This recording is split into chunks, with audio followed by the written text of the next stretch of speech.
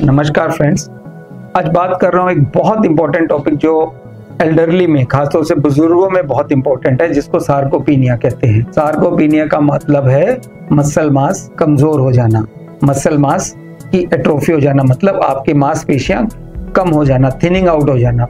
तो जैसे जैसे आपकी उम्र बढ़ती है, पर्टिकुलरली फीमेल में 50 की उम्र के बाद जब मेंसेस बंद हो जाते हैं, तो आपका मेल्स में आफ्टर 55 और जैसे जैसे वो 60 के नज़दीक पहुंचने लगते हैं, सडनली आपने रियलाइज़ किया होगा अपने घरों में, अपने बुजुर्गों में, या बुजुर्ग हैं तो उन्होंने खुद में, कि एक एज के बाद सडनली आपको कमज़ोरी महसूस होने लगती है, आपकी एक्टिविटी बहुत कम हो जाती है, आपको बड़ी जल्दी थकान होने लगती है, आपके मल्टीपल जॉइंट्स में पेन होने लगता है, जैसे नेक में है, स्पाइन में है, लोअर बैक में है, बटक जॉइंट है, हिप है, नी है, एंकल है, सब जॉइंट पेन करने लगते हैं।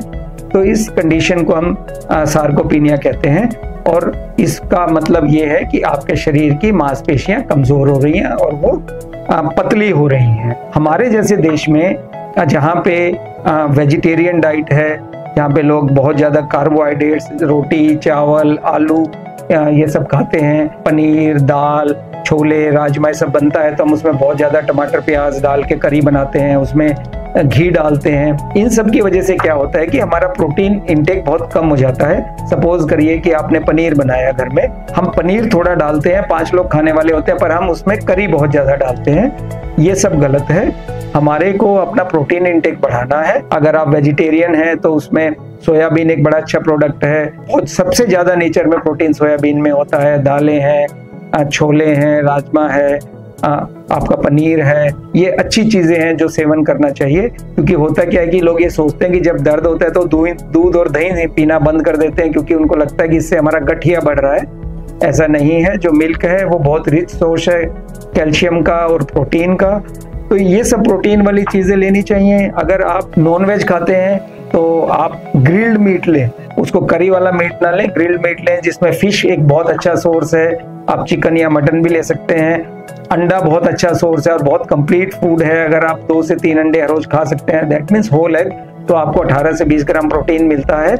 तो अपना प्रोटीन इंटेक बढ़ाइए ताकि आपको ये मसल मास की कमी ना हो। दूसरा सबसे इम्पोर्टेंट चीज़ है कि हम लोग रेगुलर एक्सरसाइज नहीं करते। पार्क में जाने से, लंबे सांस लेने से, या ताली बजाने से, या उंगली घिस लेने से आपको खुशी तो मिलती है और वो करना भी चाहिए, वो अच्छा है मूड के लिए। पर जहाँ तक मसल मास की बात है, उसके लिए आपको कोर स्ट्रेंथनिंग एक्सरसाइज करनी पड़ती हैं, या लाइट वेट से एक्सरसाइज करनी पड़ती हैं। कोर स्ट्रेंथनिंग के बहुत अच्छे वीडियोस हमने अपने चैनल में दिए हैं, आप जाके वहाँ पे देख सकते हैं। कोर का मतलब होता है नेक से लेके नी तक, हिप ज्वाइंट है, बटक ज्वाइंट है, बैक है, अपर बैक है, लोअर बैक है, नेक है, शोल्डर है, थाइज है, इन सब की एक्सरसाइज करनी जरूरी है।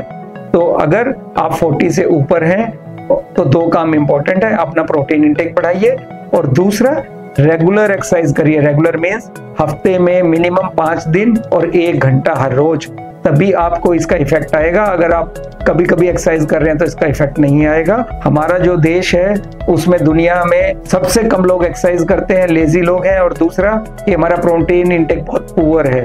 तो रोटी अगर खा रहे हैं तो उसको मिसी रोटी बनाइए, उसमें सोयाबीन, चना ये सब डालिए ताकि उसकी प्रोटीन वैल्यू बढ़े। अगर आप सब्जी खा रहे हैं तो उसमें करी कम करिए, उसकी चाट या स्प्राउट्स बना के खाइए, सोयाबीन की बड़ी या सोयाबीन का चाट, राजमा, छोले का चाट बना के खाइए ताकि उसमें करी कम हो। आप एग खा रहे हैं तो होल एग खाइए। आप नॉन वेज खा रहे हैं तो नॉन वेज में अगेन बिना करी के स्टीम्ड या आप ग्रिल्ड मीट खाते हैं तो वो अच्छा है। तो ये इम्पोर्टेंट चीज़ है। तो अपना रेगुलर एक्सरसाइज और प्रोटीन इंटेक से इस कंडीशन से बचा जा सकता है। Thank you.